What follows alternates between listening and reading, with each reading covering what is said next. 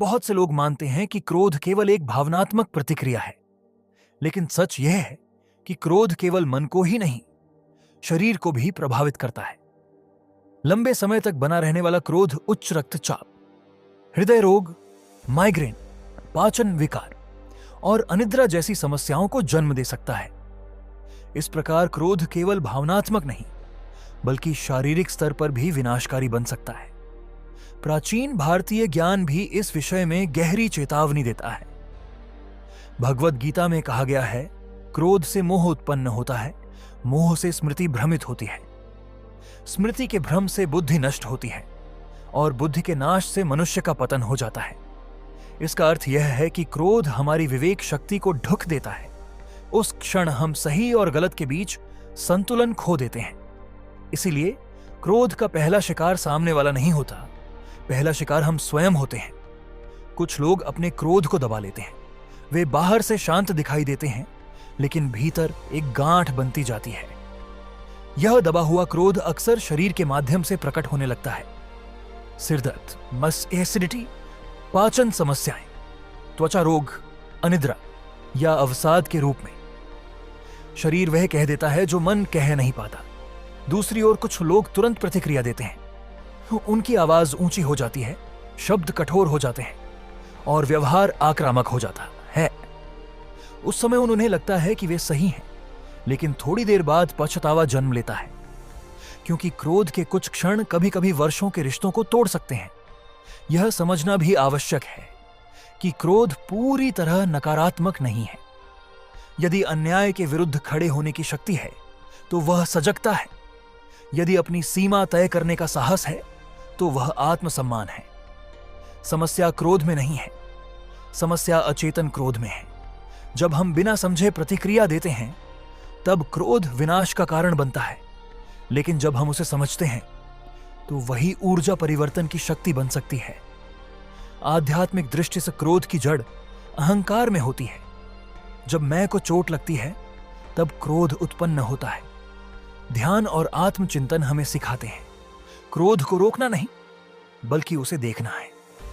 जब हम साक्षी भाव से अपनी भावना को देखते हैं तब वह हमें नियंत्रित नहीं करती। धीरे धीरे उसकी तीव्रता कम होने लगती है।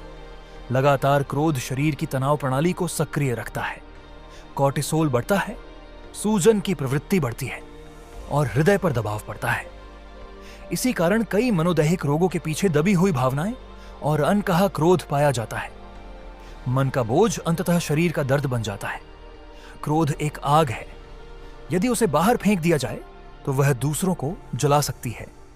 यदि उसे भीतर दबा लिया जाए तो वह हमें जला सकती है, लेकिन यदि उसे समझ लिया जाए तो वही आग दीपक बन सकती है। क्रोध का उद्देश्य हमें नष्ट करना नहीं, बल्कि हमें जागृत करना है।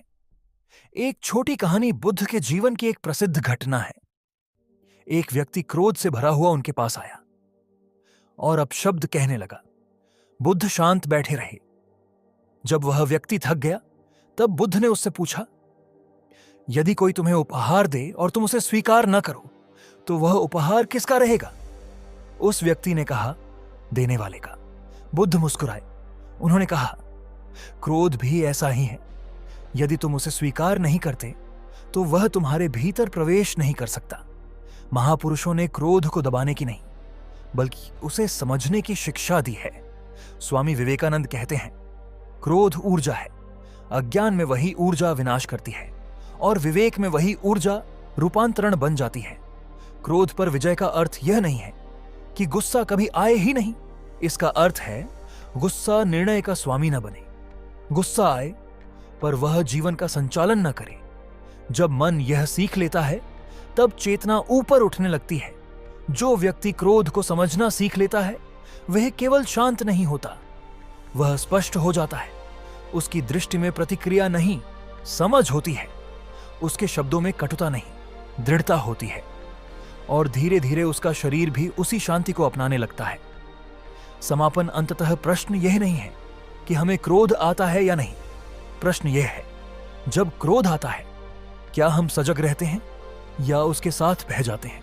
जब सजगता आती है तभी परिवर्तन शुरू होता है और वहीं से मन उपचार बनना शुरू करता है। Mind is the medicine.